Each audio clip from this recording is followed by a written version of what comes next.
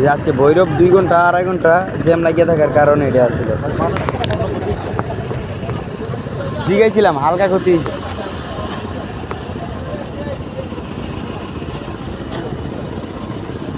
ভৈরব ব্রিজের মধ্যে একদম ডাইরেক্ট মধ্যে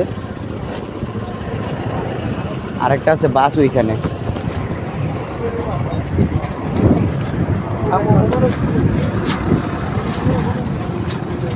এই যে দেখো ঢুকছে এখানটা, এই যে বাস আরেকটা, এই যে আরেকটা বাস উল্লে রয়েছে। এই যে এই দুইটার কারণে আজকে পুরো ভৈরব 2 থেকে 2.5 ঘন্টার উপরে জ্যাম। ভৈরব ব্রিজের মধ্যে এই যে মেঘনা ব্রিজ, এই যে এখানে